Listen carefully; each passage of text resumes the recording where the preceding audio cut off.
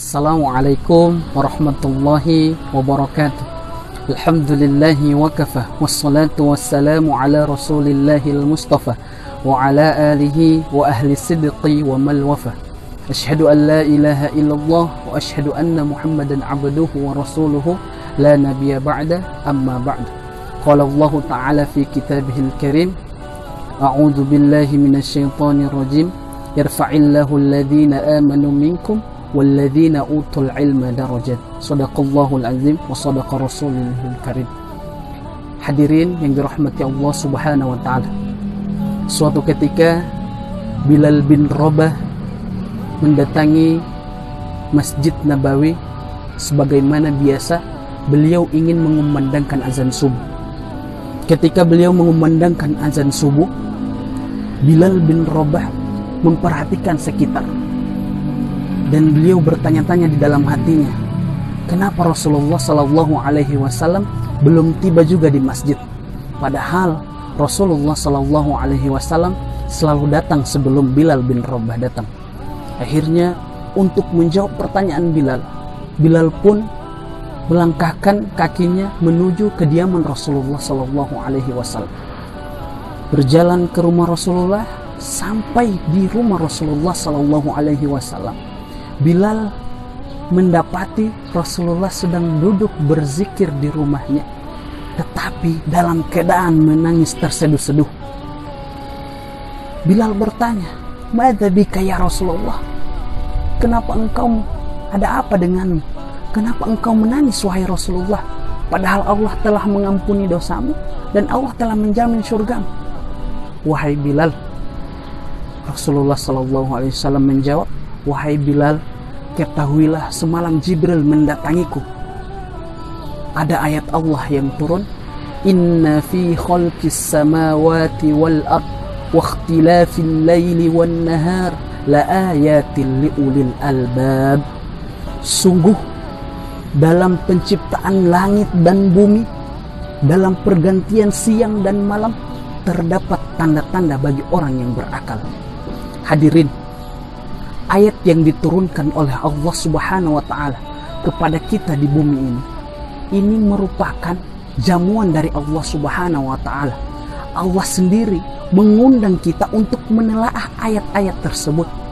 Jika Allah yang mengundang, berarti Allah menyediakan santapan, hidangan untuk kita nikmati. Dan hidangan ini berupa ayat. Dan ayat-ayat yang ada di dalam Al-Quran itu merupakan santapan-santapan bagi kita. Dan ayat ini merupakan nikmat yang sangat tinggi bagi akal kita. Hadirin yang dirahmati Allah Subhanahu wa taala. Nikmat yang Allah turunkan. Ada ayat yang bersifat Qur'aniyah. Jadi Allah memerintahkan kita untuk mempelajari ayat Qur'aniyah sebagai asupan batin kita. Kemudian Allah juga menurunkan yang namanya ayat kosmologi atau ayat kauniyah, di mana Allah memerintahkan kita mempelajari ini sebagai asupan untuk akal kita. Hadirin yang dirahmati Allah Subhanahu wa taala. Di dalam penciptaan langit dan bumi dan bergantinya siang dan malam, terdapat tanda bagi ulil albab. Pertanyaannya, siapakah ulil albab itu?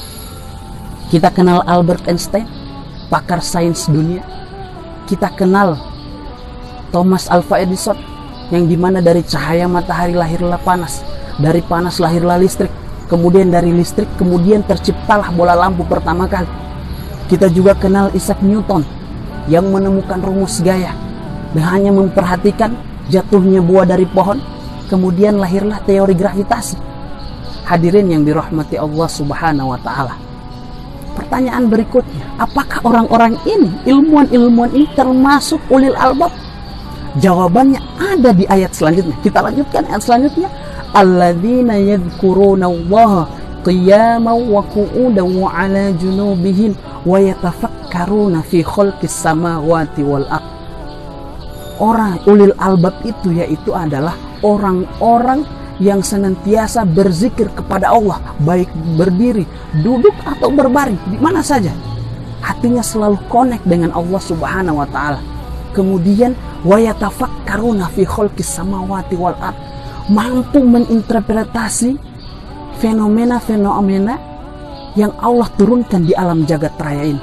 Hadirin yang dirahmati Allah Subhanahu wa taala, jika saya umpamakan, jika saya ibaratkan ulil albab ini berupa kampus, maka di dalam kampus ini terdapat dua fakultas besar, yaitu fakultas pikir dan fakultas zikir.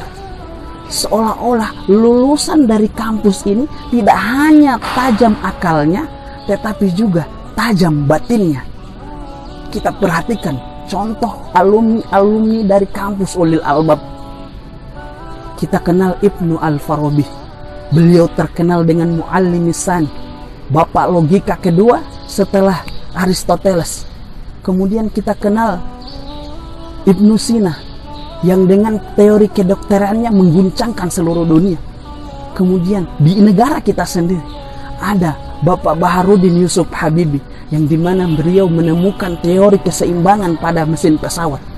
Hadirin yang dirahmati Allah Subhanahu wa taala, orang-orang ini bukan hanya orang-orang yang tajam akal pikirannya, tetapi juga tajam batinnya, tajam zikirnya. Hadirin yang dirahmati Allah Subhanahu wa taala, untuk itu, untuk membackup antara zikir dan pikir, kita lanjutkan sampai ayat terakhir, Rabbana ma khalaqta hadza batila subhanaka fakina adzabannar. Kita senantiasa bertobat dan memohon perlindungan dari Allah Subhanahu wa taala. Hadirin yang dirahmati Allah Subhanahu wa taala, yang terakhir, untuk membangun peradaban kita membutuhkan dua paling minimal.